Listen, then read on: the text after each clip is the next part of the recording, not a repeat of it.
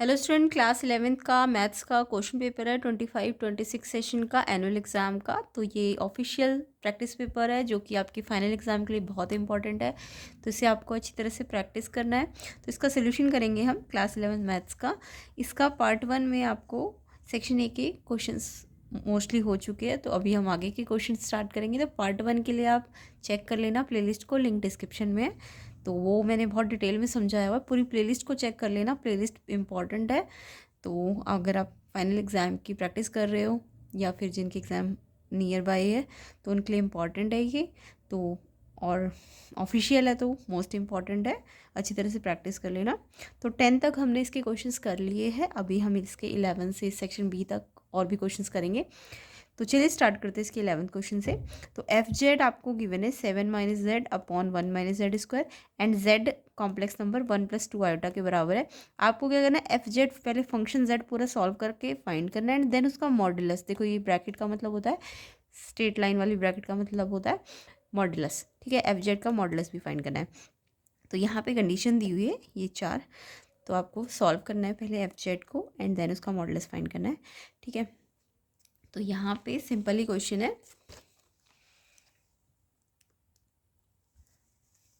देखो F Z 7 minus Z 1 minus Z square given था आपको। आपने क्या करा, जेड जो है ना उसमें जेड की वैल्यू दे रखी है ना क्वेश्चन में, तो इस जेड की जगह ये वैल्यू जो है 1 + 2 आयोटा ये पुट कर दी। जेड कॉम्प्लेक्स नंबर 1 + 2 आयोटा के बराबर है। फिर जेड स्क्वायर भी है तो 1 + 2 आयोटा का स्क्वायर, यानी इसमें जहाँ जहाँ जेड है वो ये वैल्यू रख दी हमने। उसके बाद हमने 7 - 1 6, साथ में बाहर माइनस है तो 2 आयोटा, सिंप्लीफाई करना है जस्ट। 1 + 2 आयोटा a + b का होल स्क्वायर का फॉर्मूला खोला है, फॉर्मूला खोलना तो सबको आता ही होगा। उसके बाद इसे सॉल्व किया है तो आपको पता है ना, 2 × 2 = 4, साथ में आयोटा स्क्वायर है तो वो -4 हो जाएगा। 2 × 2 = 4, आयोटा स्क्वायर का मतलब 4 और आयोटा स्क्वायर -1 के बराबर होता है ना, ये तो सबको पता है।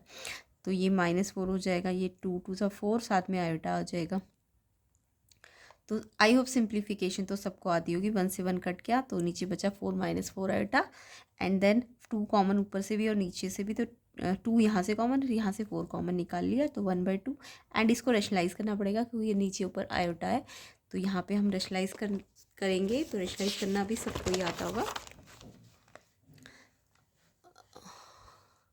3 - आयोटा अपॉन 4 - आयोटा 1/2, तो इसको नीचे 1 - आयोटा ना, सॉरी नीचे क्या था आपका 1 - आयोटा।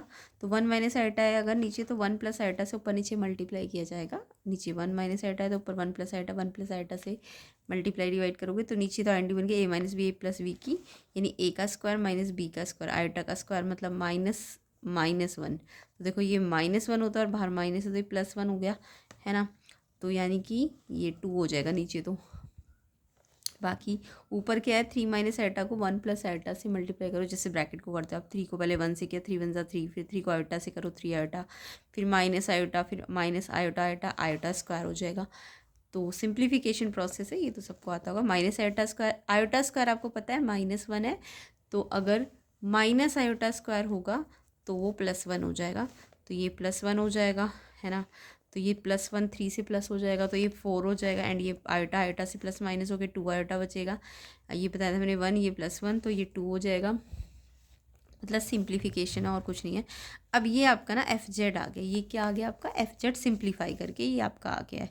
तो इसे मैं लिख सकती हूँ 1/2 को 2 से करूँगी तो 1/4 हो जाएगा और साथ में क्या है 4 + 2 आयोटा। अब ये एफ जेड है मेरा, ठीक है। अब मैं चाहूँ तो 1/4 को अंदर इनके अंदर ले जाऊँगी तो 1/4 4 से मल्टीप्लाई होगा तो 1 बचेगा एंड 1/4 2 से मल्टीप्लाई होगा तो 1/2 आयोटा। तो ये एफ जेड की सिंपलेस्ट फॉर्म आ गई है। अब आपको देखना है कि आपको तो इसका मॉडुलस निकालना था, ये तो एफ जेड आया ना, ये तो क्या आया एफ जेड आया सिंप्लीफाई करके। देन आपको इसका मॉडुलस निकालना है, तो किसी भी नंबर का मॉडुलस निकालने के लिए, ये मॉडुलस का रूल तो सबको पता है ना क्या होता है। मॉडुलस निकालने के लिए जो भी जेड अगर कॉम्प्लेक्स नंबर है a + आयोटा b, तो a जो रियल पार्ट है उसका स्क्वायर करो, b जो इमेजनरी पार्ट है उसका स्क्वायर करो और अंडर रूट करो। तो इस तरीके से मॉडुलस z निकलता है। तो यहाँ भी मैंने मॉडुलस किया है, इसका रियल पार्ट 1 है, 1 का स्क्वायर, इमेजनरी पार्ट हाफ है, हाफ का स्क्वायर एंड प्लस किया तो 1 का स्क्वायर 1, 1/2 का स्क्वायर 1/4। तो ये सॉल्व करेंगे, एलसीएम लेंगे तो 5 4 1 = 4, ये 4 हो जाएगा, ये 1 4 1 5/4 और अंडर रूट है तो 4 का अंडर रूट तो 2 होता है ना। बट 5 ऊपर आया तो नहीं, उसका तो कोई रूट नहीं होता, परफेक्ट स्क्वायर नहीं होता, तो वो रूट के अंदर ही रहेगा। अब ये √5 ना आप अगर देखो तो जो आपको z दिया था ना, आपको z दिया था, क्या दिया था, z 1+2 आयोटा ना, z आपको दिया था 1+2 आयोटा। तो ये z का मॉडुलस निकालोगे ना, 1 का स्क्वायर 2 का स्क्वायर, तो ये √5 आ रहा है z का मॉडुलस, है ना। z का मॉडुलस क्या आ रहा है, √5 आ रहा है। तो यहाँ पे देखो √5 आ चुका है, वो किसके बराबर है, मॉडुलस z के एंड अपॉन में 2। तो ये जो f(z) का मॉडुलस है वो मॉडुलस z/2 के बराबर हो जाएगा। तो ऑप्शन ए इसका आंसर हो जाएगा। तो आई होप सबको समझ आ गया होगा। √5 आपने जब z मॉडुलस निकाला होगा तो उसी का आया होगा। तो ये जो f(z) का मॉडुलस है वो इसके बराबर आ जाएगा। ऑप्शन ए करेक्ट है इसका। तो मोस्टली आपको कॉम्प्लेक्स नंबर के सिंप्लीफिकेशन आना चाहिए, रैशनलाइज कैसे किया जाता है, तो सिंप्लीफिकेशन करते ही ये क्वेश्चन सॉल्व हो जाएगा। अब ये 1 मार्क का क्वेश्चन है तो आपको थोड़ा स्पीड से करना है ना। नेक्स्ट क्वेश्चन देखते हैं।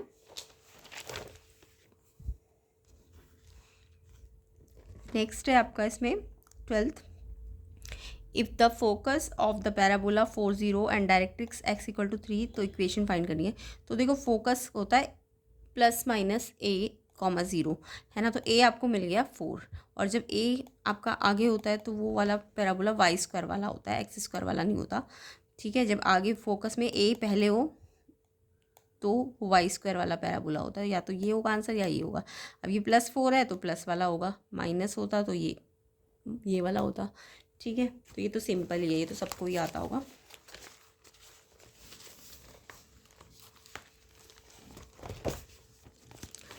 तो यहाँ पे अभी मैंने बताया आपको कि 12th में फोकस कौन सा वाला दिया हुआ था, a,0 वाला, और डायरेक्ट्रिक्स x=-a होती है। और वो आपको डायरेक्ट्रिक्स की इक्वेशन गलत दे रखी है, वहाँ पे x=3 दिया, जबकि ये माइनस में होनी चाहिए। अगर ये प्लस में है तो डायरेक्ट्रिक्स, तो यहाँ पे डायरेक्ट्रिक्स आपकी माइनस में होनी चाहिए थी, क्योंकि ये प्लस में दिया है ना। तो ये आई होप, मुझे लग रहा है क्वेश्चन में x=-3 होना चाहिए, एरर है। तो यहाँ पे आपको मैंने बोला ना, जब ये जो आपका फोकस है वो x पॉइंट में होता है तो ये आपका y² = 4ax वाला इक्वेशन होता है, ठीक है। तो y² 4ax, a आपको दिख ही रहा है, a कितना था, फोकस आपका 4,0 था ना, तो a आपका 4 है, तो a की जगह 4 रख दिया, तो 4 4 16x हो जाएगा। तो y² 16x, तो ये आपका ऑप्शन है ए ऑप्शन, ए ऑप्शन इसका करेक्ट है। ओके, तो इस तरीके से सिंपल सा ही क्वेश्चन था। तो y² = 16x, जब भी a आगे होता है ना तो ये y² वाली इक्वेशन होती है, और ये प्लस में है तो प्लस में आएगा, अगर ये माइनस में होता तो ये माइनस में आता। बाकी डायरेक्ट्रिक्स में अगर ये प्लस का है तो डायरेक्ट्रिक्स आपकी माइनस में होगी, ये बल्कि x=-4 होगी। ये मिस्टेक है क्वेश्चन में, ये x=-a होगी ना, तो a तो आपका 4 है तो -4 होनी चाहिए थी। नेक्स्ट क्वेश्चन देखिए, तो आई होप समझ आ रहे होंगे question. Next 13, the reflection of the point आपको गिवन है और XZ प्लेन में आपको रिफ्लेक्शन बोली है। तो जब देखो XZ प्लेन हो ना, तो आपको रिफ्लेक्शन में ना Y का साइन चेंज करना है, क्योंकि XZ प्लेन है तो Y नहीं है ना इसमें, तो Y वाला साइन चेंज कर दो। तो ये ट्रिक याद करना, जो भी प्लेन है ना, XZ है तो जो नहीं है, Y नहीं है तो Y का साइन चेंज करो। अगर सिर्फ X होता, X एक्सिस, तो Y और Z दोनों का साइन चेंज करते, ठीक है। यानी जो है उसका साइन नहीं चेंज करना, जो नहीं है उसका साइन चेंज कर दो। तो XZ में X और Z तो है, Y नहीं है ना, तो Y वाला कौन सा होता है, बीच वाला होता है ना, XYZ, तो Y वाला साइन चेंज करना है आपको। तो याद रहेगा ये ट्रिक। तो जब आपको रिफ्लेक्शन बोली है XZ प्लेन में, तो XZ में Y नहीं है ना, तो Y वाला साइन चेंज करो। तो XY का ये है ना, तो Y वाला साइन चेंज कर दो, प्लस का 5 हो जाएगा, माइनस है तो प्लस में हो जाएगा। और जो X और Z है वो एज इट इज़ लिख देने हैं, तो ये इसकी रिफ्लेक्शन हो जाएगी। बहुत ही सिंपल सा क्वेश्चन था। 253 ऑप्शन ए इसका आंसर है। नेक्स्ट क्वेश्चन 13 के बाद 14 देखेंगे। 14 में आपको Q गिवन है cos 4x upon cos 2x, आपको फाइंड करना है 5Q + 2। तो यहाँ पे पहले Q को थोड़ा सिंप्लीफाई करेंगे, देन 5Q + 2 निकालेंगे। तो ये तो सिंप्लीफिकेशन आपको ट्रिग्नोमेट्री में आई होप आती ही होगी। cos 4x को आप कैसे लिख सकते हो, cos 2 बाहर ले लो तो अंदर 2x बचेगा, क्योंकि हमें cos 2x की आइडेंटिटी बताया ना। आपको cos 2x की आइडेंटिटी बताओगी, cos 2x की आइडेंटिटी होती है 2 cos² x - 1, ठीक है। या फिर साइन में भी हो सकती है 1 - 2 sin² x, ये भी हो सकती है दोनों में से। तो मुझे क्वेश्चन में क्योंकि सेक लाना है शायद, तो कॉस में चेंज कर देते हैं हम इसके एंटी। तो cos 2x के एंटी 2 cos² x -1। तो यहाँ पे पहले 4x है तो मैंने cos 2 को बाहर किया 2x, तो थीटा यहाँ पे 2x है। तो यहाँ cos 2x में यहाँ x था तो x लिखा था, अब यहाँ 2x है तो इस सेम आइडेंटिटी में, इस वाली आइडेंटिटी में हम x की जगह 2x पुट करेंगे क्योंकि थीटा अब 2x है। तो 2 cos² x, तो 2x बन गया ना -1, एंड ये cos 2x as it is. अब ऊपर दो टर्म आ गई, नीचे सिंगल टर्म है, तो ऊपर जब दो टर्म हो नीचे सिंगल हो तो ये टर्म इसके साथ भी अपॉन में लिखेंगे और इसके साथ भी अपॉन में लिखेंगे। तो जब ये इसके अपॉन में आएगी तो cos 2x से एक cos 2x कटेगा, एक क्योंकि स्क्वायर है तो एक cos 2x कट जाएगा, तो एक 2 cos 2x बचेगा। और जब ये इसकी डिवाइड में आएगी तो 1/cos किसका उल्टा होता है, सेक का, तो और एंगल क्या है 2x, तो sec 2x। तो ये मेरा क्यू आ गया है सॉल्व करके, सिंप्लीफाई करके। अब मेरे को क्यू नहीं निकालना क्वेश्चन में, मेरे को निकालना था 5q + 2। तो 5q की जगह मेरा जो वैल्यू आया है 2 cos 2x - sec 2x, साथ में प्लस का 2 है। 5 को अंदर दोनों से मल्टीप्लाई कर दो, 5 × 2 = 10 cos 2x, 5 sec 2x + 2। अब मुझे ना ये कहीं ऑप्शन में दिख नहीं रहा, 5 sec 2x तो दिख रहा है बट ये दोनों नहीं दिख रहे हैं, तो ये कुछ एरर हो सकती है क्वेश्चन में। तो करना है ऐसे ये क्वेश्चन। तो 5 sec 2x तो है बट यहाँ 3 एरर है शायद, तो ये आपका पूरा ये आएगा आंसर इसका। तो आप चेक कर लेना एंड कमेंट करके बताना किसका ये आंसर आ रहा है। नेक्स्ट 15 क्वेश्चन देखेंगे। 15 क्वेश्चन में आपका equation of the line passing through this point and perpendicular to this line.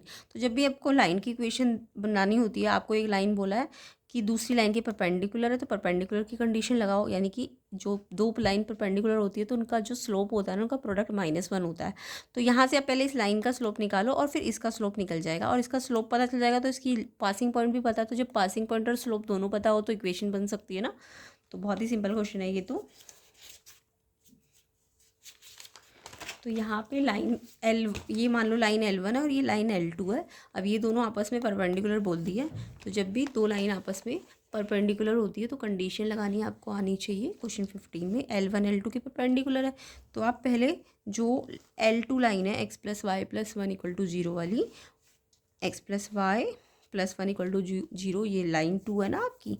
तो लाइन 2 से इसका स्लोप निकाल लो। ये L2 अगर लाइन है तो इसका स्लोप M2 होगा। अब स्लोप किसी भी लाइन का क्या होता है, -a/b। अब ये लाइन की जनरल इक्वेशन क्या होती है, ax + by + c = 0। ठीक है, ये लाइन की जनरल इक्वेशन होती है, तो सबको पता होगा। तो a x के साथ होता है, b y के साथ होता है, c कांस्टेंट होता है। तो अगर स्लोप -a/b है तो a क्या है, 1 है ना, x के साथ 1 है, और b भी 1 है इसका, तो -1/1, तो स्लोप आ गया -1। यानी इस लाइन का जो लाइन आपको गिवन थी उसका स्लोप -1 है। अब क्योंकि दूसरी लाइन क्या है, L1 है जिसकी मुझे इक्वेशन निकालने को कही है, तो क्योंकि वो परपेंडिकुलर है तो इन दोनों का स्लोप का प्रोडक्ट -1 होना चाहिए। दो लाइन परपेंडिकुलर होती है तो स्लोप में ये कंडीशन लगानी होती है। ठीक है, तो ये M2 तो मेरा निकल गया, -1, तो -1 उधर जो डिवाइड होगा -1 से तो 1 आ जाएगा, या फिर M1 निकालना है तो इस M2 को डिवाइड करो, तो M2 तो मेरा -1 आया, -1 से -1 कट के +1 आ गया, यानी कि पहली लाइन का स्लोप 1 आ गया। अब आपको क्वेश्चन में लाइन L1 की इक्वेशन निकालनी है, तो इसकी इक्वेशन ऐसे निकलती है, y में से y1 M1 x - x1, y1 और x1 पासिंग पॉइंट होते हैं, तो आपको पासिंग पॉइंट 1 2 दे रखे थे, यानी x1 आपको 1 दे रहा है और y1 आपको 2 दे रखा है। तो y - y1 की जगह तो 2 रख दिया, और M1 स्लोप कितना है इसका 1, और x as it is x1 1 था तो 1 रख दिया। अब इसे थोड़ा सिंप्लीफाई कर लो, 1 से मल्टीप्लाई करोगे तो ये एज इट इज़ आ जाएगा। x आगे y को उधर लेके जाओ तो ये माइनस में हो जाएगा, ये -2 उधर जाएगा तो +2 -1 +2 +1, तो या तो ये होगी। अब ये आपके ऑप्शन में कहीं दिख नहीं रही, x प्लस का नहीं दिख रहा क्योंकि x और y का साइन चेंज है ना, तो x y का साइन चेंज है, तो आपके ऑप्शन में क्या है ना, इस ऑप्शन को देखूं तो x और y का साइन चेंज है बट y प्लस में माइनस में, इसमें भी साइन चेंज है, इसमें भी साइन चेंज है, इसमें भी चेंज है, बट यहाँ 2 आ रहा है मेरा जबकि 1 आ रहा है, तो इन दोनों में से कोई एक होना चाहिए।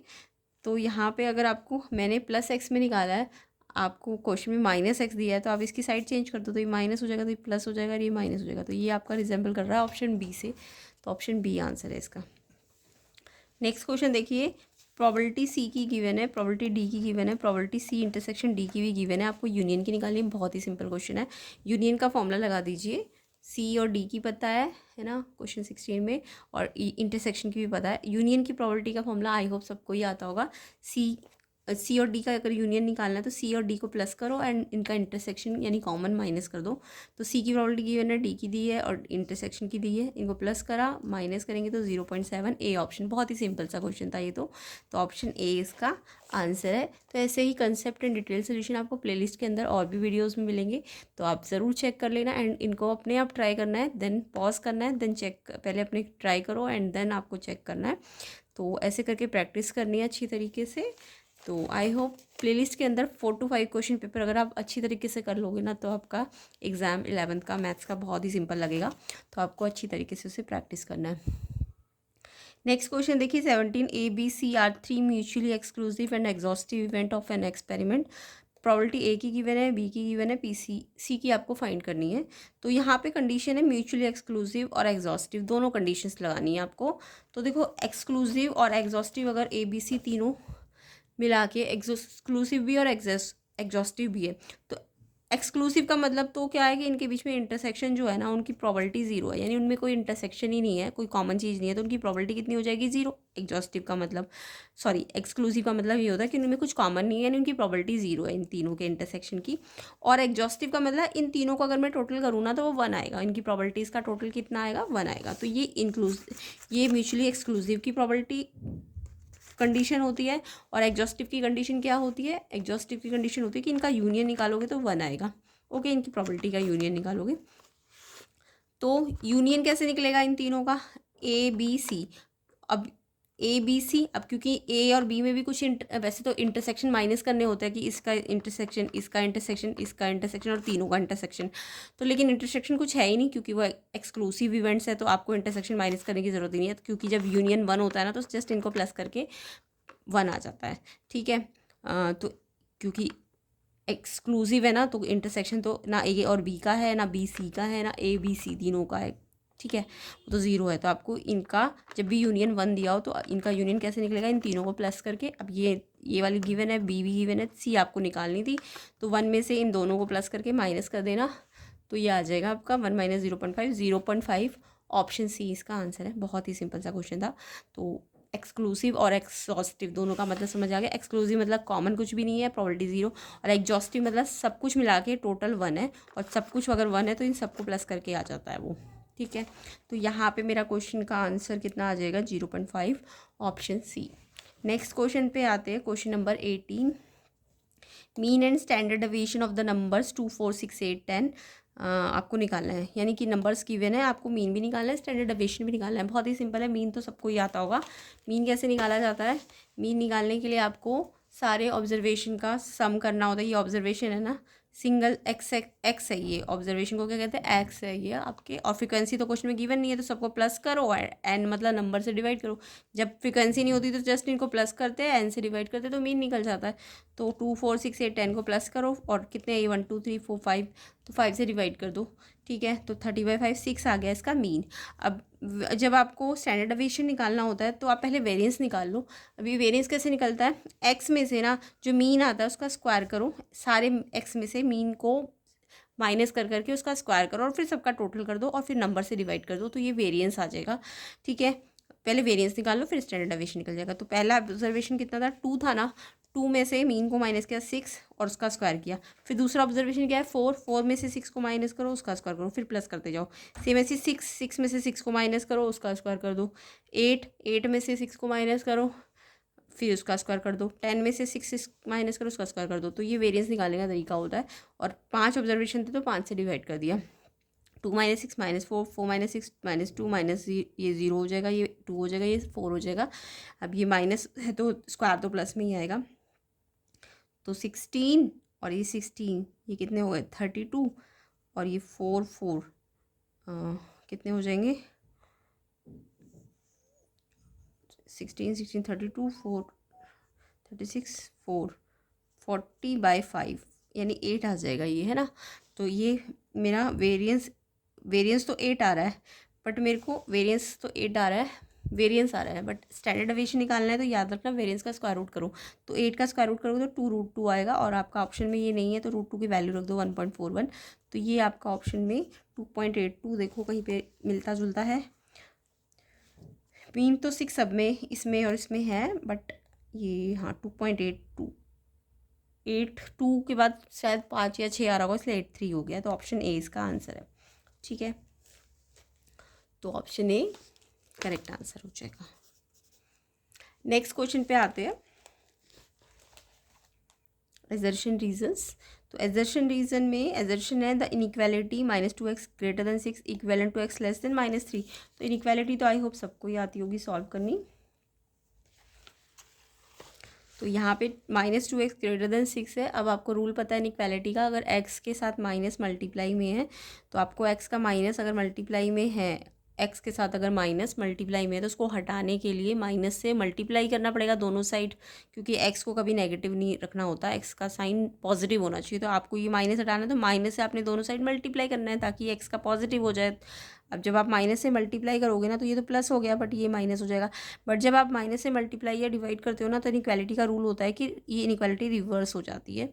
ठीक है, तो ये ऐसे थी तो ये ऐसे हो जाएगी। अब x यही रहेगा, 2 यहाँ मल्टीप्लाई से डिवाइड में चला गया तो -3 आ रहा है। यस, यही इन्होंने बोला था, तो एजर्शन बिल्कुल करेक्ट है और रीज़न भी करेक्ट है। देखो रीज़न क्या बोल रहा है, जब बहुत साइड इनइक्वालिटी की डिवाइड या मल्टीप्लाई करते हैं किसी नेगेटिव नंबर से तो इनइक्वालिटी रिवर्स हो जाती है। यस, यही तो हमने किया और ये इसी को करने से तो हमारा ये वैल्यू आया, इनइक्वालिटी रिवर्स हुआ। तो एक्चुअल में ये सही भी है और इसे एक्सप्लेन भी कर रहा है, तो इसलिए ऑप्शन ए इसका करेक्ट हो जाएगा। नेक्स्ट क्वेश्चन मैंने पहले भी कराया हुआ था, cos a plus cos b plus cos c अगर 3 है तो sin a sin b sin c निकालना था। आपको बोला था ये 0 आएगा कि नहीं आएगा। तो देखो cos a cos b cos c, आपको cos के लिए पता होगा कि cos जो होता है ना, cos थीटा या sin थीटा की मैं बात करूँ तो मिनिमम 0 होता है और मैक्सिमम 1 होता है ना, मिनिमम 0 और मैक्सिमम 1। ऐसी sin थीटा भी होता है आपका, मिनिमम 0 होता है और मैक्सिमम 1 होता है, ये इसकी रेंज होती है एक तरह से। तो cos थीटा की वैल्यू मैक्सिमम 1 हो सकती है, तो ये 3 कब आएगा, जब ये cos a cos b cos c ये मैक्सिमम वैल्यू पे होंगी। ये 1 होगा, ये भी 1 होगा, ये भी 1 होगा, क्योंकि 1 से बड़ा तो ये हो नहीं सकता कोई भी, है ना। तो 1 1 1 होना ज़रूरी है इन तीनों को, तभी ये 3 आएगा, है ना। तो यानी कि 1 cos एंगल cos थीटा 1 कब होता है, जब cos 0 डिग्री होता है। तो a कितना हो जाएगा, यहाँ से cos a को मैं cos 0 लिख सकती हूँ तभी तो ये 1 आएगा, cos b को cos 0 cos c को भी cos 0, तो तब ये 1 1 करके 3 आ गए। तो it means a b c ये तीनों 0 0 है, a b c की वैल्यू 0 है। अब मेरे को साइन a b c निकालना है, तो साइन a की जगह 0, साइन b की जगह 0, साइन c की जगह 0। अब साइन 0 कितना होता है, साइन 0 की वैल्यू तो 0 होती है ना, ये भी 0 ये भी 0 ये भी 0, तो ये कितना आ जाएगा, ये 0 आ जाएगा। साइन 0 0 0 0 0, तो 0 आ जाएगा। तो इन्होंने यही तो कहा है कि ये 0 आना चाहिए। ये sine A sine B sine C A B C 0 रखोगे तो साइन 0 साइन 0 साइन 0 0 0 0 0 आ जाएगा। बिल्कुल करेक्ट है एजर्शन, तो एजर्शन करेक्ट है और रीज़न भी एक्सप्लेन भी कर रहा है और करेक्ट भी दे रहा है। वही जो मैंने अभी समझा, को sine of any real angle किसके बीच में लाई करता है, -1 से 1, तो ये लाई इसमें करता है, इसलिए मैंने 1 रखा है, तो ये 3 आया, जिससे ABC मेरा 0 0 आ गया, उसको मैंने यहाँ रखा तो ये 0 आ जाएगा। तो एजर्शन रीज़न करेक्ट भी है, एक्सप्लेनेशन भी करेक्ट है, इसलिए ऑप्शन ए इसका आंसर है। ठीक है, तो ऐसे करके ये क्वेश्चन करना है। नेक्स्ट देखो सेक्शन बी, तो यहाँ पे हमें सारे क्वेश्चंस को ये नहीं सिर्फ देखना है, आपको इन्हें प्रैक्टिस भी करना है अच्छी तरीके से। तो आपके फाइनल एग्जाम के लिए इम्पॉर्टेंट है, ये ऑफिशियल है क्योंकि, तो बहुत अच्छी तरीके से प्रैक्टिस कर लेना है। क्वेश्चन 21 देखिए सेक्शन बी का, how many chords can be drawn through 21 point on a circle. किसी भी सर्कल पे अगर 21 पॉइंट है तो उसमें से कितनी कॉर्ड पास हो सकती है। अब आपको पता है किसी सर्कल की कॉर्ड बनानी है तो कितने पॉइंट से बनती है कॉर्ड, 2 पॉइंट को मिला के तो कॉर्ड बनती है। सर्कल के 2 पॉइंट को मिलाते हो, सर्कल का मतलब क्या है, सर्कल की जो बाउंड्री के 2 पॉइंट है, जब आप उन्हें मिलाओगे तो कॉर्ड बनेगी। तो 21 पॉइंट से कॉर्ड बनानी, कॉर्ड को बनाने के लिए 2 पॉइंट चाहिए। अब ये तो बहुत सारे सिलेक्शन के तरीके हो सकते हैं, तो जब भी सिलेक्शन करना हो आपको तो आप कॉम्बिनेशन का यूज़ करोगे। तो यहाँ पे क्योंकि कॉर्ड को बनाने में 2 पॉइंट चाहिए, तो आप 21 पॉइंट में से 2 पॉइंट को सेलेक्ट करोगे। तो 21C2 और NCR कॉम्बिनेशन का फॉर्मूला होता है, n ऊपर है r, तो पहले n का फैक्टोरियल करते हैं, फिर r का फैक्टोरियल करते हैं, नीचे n - r का भी फैक्टोरियल लेते हैं। ये कॉम्बिनेशन करने का तरीका होता है। तो आपके पास 21n है तो n 21 है तो पहले n का फैक्टोरियल करो, फिर इसका फैक्टोरियल करो और फिर इसमें से इसको माइनस करके उसका भी फैक्टोरियल करो। तो 21 फैक्टोरियल, ये 2 फैक्टोरियल, ये 19 फैक्टोरियल। आपको पता है 21 कैसे आता है, 21 20 ऐसे कर करके आपको इसे 1 तक ले जाना होता है, बट हम 1 तक ना रख ले जाके इसे 19 फैक्टोरियल पे रोक देंगे क्योंकि नीचे भी 19 फैक्टोरियल है। तो ये कट गया और ऐसे ही 2 को 1 तक लेके जाओ, ठीक है। अब ये से 2 10 तो ये आंसर आ जाएगा 210। इतने कॉर्ड्स बनाए जा सकते हैं ना, तो ये आंसर है आपका। नेक्स्ट क्वेश्चन देखेंगे। नेक्स्ट क्वेश्चन भी मैंने पहले भी समझा रखा है। Prove that 1 into factorial 1 plus 2 into factorial 2 plus 3 into factorial 3 plus dash dash plus n into factorial n इसके बराबर आना चाहिए। तो इसके लिए ना आपको एक प्रॉपर्टी लगानी है, वो प्रॉपर्टी मैंने पहले भी समझाई हुई थी आपको।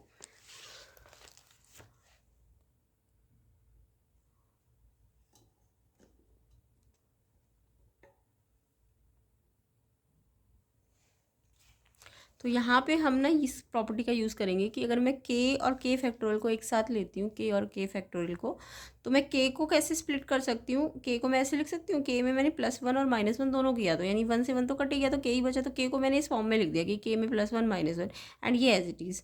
अब ये k+1 जो है डिस्ट्रीब्यूटिव प्रॉपर्टी के अकॉर्डिंग, ये k+1 पहले फैक्टोरियल k से मल्टीप्लाई होगा, फिर ये जो 1 है ये k फैक्टोरियल से मल्टीप्लाई होगा। तो इसका मतलब ये जो है, अगर ये वाला है मेरे पास k और k फैक्टोरियल, तो मैं इसको ऐसे ब्रेक कर सकती हूँ, k+1 फैक्टोरियल के माइनस k फैक्टोरियल। तो ये वाला इसके इक्वल होता है। तो यहाँ पे भी मुझे देखो, यहाँ पे सेम फैक्टर k है, ये k फैक्टोरियल है, ये k है, ये k फैक्टोरियल, यानी k सेम है, एक बिना फैक्टोरियल है और एक फैक्टोरियल के साथ है। तो ये जब ऐसा हो k और k फैक्टोरियल, तो ये इसके बराबर होता है। तो मुझे इसको इसी प्रॉपर्टी का यूज़ करके एक्सपेंड करना है। तो पहले k क्या है मेरा 1 है, तो यहाँ तो मुझे k+1 करना पड़ेगा। 1 का कितना करूँगी 2, k+1, k मेरा 1 है ना, तो k+1 2 और फिर k फैक्टोरियल, यानी 1 का फैक्टोरियल तो 1 ही आएगा, एंड फिर माइनस k फैक्टोरियल, फिर 1 फैक्टोरियल। तो 2 और ये तो 1 है, तो मेरा क्या आएगा 2 k+1 और k फैक्टोरियल है ना, तो k+1 2 और फैक्टोरियल 1, तो फैक्टर 1 होता है, ठीक है। और फिर यहाँ पे ये वाला फैक्टोरियल एज इट इज़। फिर ऐसे ही इसको करो k फैक्टोरियल, तो k का तो 3 फैक्टोरियल हो जाएगा और ये एज इट इज़ आ जाएगा। यानी कि वो प्रॉपर्टी जो बताई है मैंने, k फैक्टोरियल किसके बराबर होता है, k+1 पे फैक्टोरियल लग जाएगा और माइनस k फैक्टोरियल, ठीक है। सेम ऐसे इसको करना है, सेम ऐसे इसको करना है, ओके। और ऐसे ही n है तो n+1 फैक्टोरियल बन जाएगा और ये n फैक्टोरियल माइनस हो जाएगा, ओके। अब आपको दिख रहा है ये फैक्टोरियल 2 यहाँ प्लस का है और इधर माइनस का है, तो ये इससे कट गया। सेम ऐसे फैक्टोरियल 3 है, ये इससे कट जाएगा। ऐसे ही ये वाला आगे वाले से कट जाएगा, तो ये बचेगा और ये बचेगा। तो ये तो प्लस का बच रहा है और ये माइनस का बच रहा है। फैक्टोरियल 1 को 1 लिख सकते हैं, तो ये हमारा राइट हैंड साइड के इक्वल आ जाएगा। तो इस तरीके से ये सॉल्व हो जाएगा, ठीक है। नेक्स्ट क्वेश्चन देखो, ये भी मैंने बहुत बार करा रखा है। x+i/3 अगर ये है तो आपको शो करना है, तो ये एनसीईआरटी का क्वेश्चन होता है और इतनी बार करा रखा है, तो इसलिए प्लेलिस्ट को ज़रूर देखना। मोस्टली क्वेश्चन तो आपको प्लेलिस्ट के अंदर ही मिल जाते हैं, तो आप प्लेलिस्ट का लिंक मैं डिस्क्रिप्शन में डालूंगी, उसको ज़रूर चेक करना। क्वेश्चन 23 देखो, a+b का होल क्यूब की एंटी लगाओ, क्या होती है a³ + b³ + 3a² plus 3ab², ठीक है। तो मैंने एंटी से बोला a मतलब x का क्यूब, इसका क्यूब, फिर 3a² b, फिर 3ab² और ये इसके बराबर है। x³ तो ऐसे ही रहेगा, आयोटा क्यूब का मतलब माइनस आयोटा होता है, y³ 3x² y आयोटा बाहर कर दिया, आयोटा स्क्वायर -1 होता है, तो ये -3x y² हो जाएगा और ये इसके बराबर है। अब देखो इसमें ये रियल पार्ट एक तो ये है और एक ये है रियल पार्ट, है ना। तो ये दोनों तो रियल पार्ट को मैंने एक साथ लिख दिया और ये इमेजिनरी पार्ट है, तो इसमें से ये इमेजिनरी अगर मैं बाहर रख लूँ तो ये और ये बचेगा, ठीक है, और इमेजिनरी कॉमन आ गया। अब ये इसके बराबर है, तो ये रियल पार्ट u जो है इसके बराबर हो जाएगा, ठीक है। और ये जो इमेजिनरी पार्ट वाला पार्ट है ये पूरा ये v के बराबर हो जाएगा, क्लियर। अब आपको क्वेश्चन में u के अपॉन में x लाना था ना, तो आपने इसको x से डिवाइड किया तो इसको भी x से डिवाइड करो, तो x से डिवाइड मतलब एक x कम हो जाएगा इसमें से भी एक x कम हो जाएगा। सेम ऐसे ही v/y है तो y से इसको डिवाइड किया तो इसको भी y से डिवाइड करो, तो इसमें से y हट जाएगा, इसमें से एक y कम हो जाएगा डिवाइड करोगे तो। अब इन दोनों को जोड़ना भी है क्वेश्चन में, राइट हैंड साइड को, तो इसको इससे जोड़ेंगे, लेफ्ट राइट को राइट से, तो इनको भी जोड़ना पड़ेगा। और फिर एक्स स्क्वायर 3x² से जुड़ जाएगा 4x², ये इससे माइनस माइनस प्लस हो जाएगा, साइन माइनस का 4 कॉमन आ जाएगा। तो यही आपको वेरीफाई करना था, तो सिंपल क्वेश्चन होता है ये। तो ये मैंने बहुत बार सिखा रखा है आपको, तो आप प्लेलिस्ट को ज़रूर देखा करो। नेक्स्ट क्वेश्चन देखो, इसका ऑप्शन वाला है इवेल्युएट करना 1 + i/4 + 1 - i/4। ये मिड टर्म के जितने भी मिड टर्म के भी ऑफिशियल पेपर्स थे इनमें से मोस्टली क्वेश्चन आपके मिलते जुलते ही है। तो अगर कोई क्वेश्चन ना कराऊं और शॉर्ट में करा रही हूँ तो डिटेल में आप मिड टर्म वाले से भी देख सकते हो, या प्लेलिस्ट के अंदर और भी क्वेश्चन पेपर्स हैं उनमें मैंने बहुत डिटेल में समझाया हुआ है। तो यहाँ पे a + b का पावर 4, a - b का पावर 4। अब पावर 4 तो सबको पता नहीं है, फॉर्मूला बहुत लेंदी हो जाएगा, तो हम क्या करेंगे, पावर 4 को पहले पावर 2 में स्प्लिट करेंगे, यानी 4 है तो अंदर 2 और बाहर 2 ऐसे करके लिख सकते हो। इस 4 को भी आप ऐसे लिख सकते हो। अब ये 1 + i का स्क्वायर, a का स्क्वायर b का स्क्वायर 2ab, ऐसे इसका भी करो, a का स्क्वायर b का स्क्वायर 2ab। अब ये i स्क्वायर तो -1 होता है ना, तो ये इससे कट जाएगा, तो ये 2 i बच जाएगा। ऐसे ये भी -1 होता है तो ये इससे कट जाएगा और ये -2 i का स्क्वायर बच जाएगा। 2 × 2 = 4, साथ में i स्क्वायर, इसका 2 × 2 = 4, -2 2 बार है पावर में तो प्लस हो जाएगा i स्क्वायर। 4 i स्क्वायर मतलब -1, i स्क्वायर मतलब -1, तो ये -4 ये -4, तो ये -8 आंसर आ जाएगा। ठीक है, तो इस तरीके से ये क्वेश्चन हो जाएगा। नेक्स्ट फाइंड करना है derivative cos square upon 1 + sin x का विद रिस्पेक्ट टू x। तो यहाँ पे देखो, आपको अगर वैसे तो आप कहोगे कि इसे u/v वाले तरीके से कर लेते हैं डेरिवेटिव, बट उससे ना ये लेंदी हो जाएगा। पहले ना अगर ये क्वेश्चन ये ट्रिग्नोमेट्री अगर सिंप्लीफाई हो सकती है तो आप पहले सिंप्लीफाई किया करो, देन इसका डिफ्रेंशिएशन किया करो। हाँ, अगर सिंप्लीफाई नहीं हो रही होती है तो आप u/v वाला मेथड लगा सकते हो। तो पहले हम इसे सिंप्लीफाई कर लेंगे। तो आपको f(x) दिया हुआ है 1 - f(x) आपको दिया हुआ है cos स्क्वायर x है ना, ऊपर cos स्क्वायर x दिया है, नीचे 1 + sin x दिया हुआ है क्वेश्चन 24 में। तो यहाँ पे आपको cos स्क्वायर x नीचे 1 + sin है, तो cos स्क्वायर sin में आ सकता है ना, तो आप पहले सिंप्लीफाई कर लो इसको। cos स्क्वायर को आप 1 - sin स्क्वायर लिख सकते हो, आइडेंटिटी अगर आती है आपको। क्योंकि हमने ऐसा क्यों किया, क्योंकि नीचे 1 + sin x है, इससे क्या होगा, a स्क्वायर - b स्क्वायर की आइडेंटिटी से a + b - b हो जाएगा और ये इससे कट जाएगा और ये 1 - sin x आ जाएगा। ये f(x) आया, अभी मैंने सिंप्लीफाई किया है जस्ट। अब मैं इसका डेरिवेटिव करूँगी, ये डेरिवेटिव का साइन होता है, तो f डेरिवेटिव x करोगे तो 1 का डेरिवेटिव तो 0 हो जाएगा, और sin x का cos x होता है, बट बाहर माइनस भी है तो ये -cos x डेरिवेटिव हो जाएगा। तो ये बहुत ही सिंपल तरीके से सॉल्व हो जाएगा। 2 मार्क्स का क्वेश्चन है तो इतना लेंथी नहीं होगा इसमें u/v, तो ईजिली हो जाएगा ये क्वेश्चन। नेक्स्ट क्वेश्चन 25, ये भी मैंने आपको सिखा रखा है। ये sin a sin b + cos a cos b की आइडेंटिटी बनानी है और फिर ये cos x के इक्वल आ जाएगा। तो ये भी मैंने बहुत बार सिखा रखा है, तो आप प्लेलिस्ट को ज़रूर चेक किया करो, डिटेल में समझा रखे होते क्वेश्चन। 25 देखो, अभी मैंने बताया साइन, इसको इस थीटा को a मान लो, साइन a साइन इसको b मान लो, and cos a cos b। ठीक है, अब ये identity sine a sine b cos a cos b, ये cos a - b की होती है। जब यहाँ sine a sine b cos a cos b और यहाँ प्लस हो तो ये cos में माइनस आएगा यहाँ पे। ठीक है, तो यहाँ पे cos a की जगह मैं क्या पुट करूँगी, ये a था ना, ये a था और ये b था, तो a ये पूरा है, तो cos a की जगह मैंने ये रख दिया n + 1 x, और b की जगह n + 2 x, और माइनस का साइन इसके अकॉर्डिंग।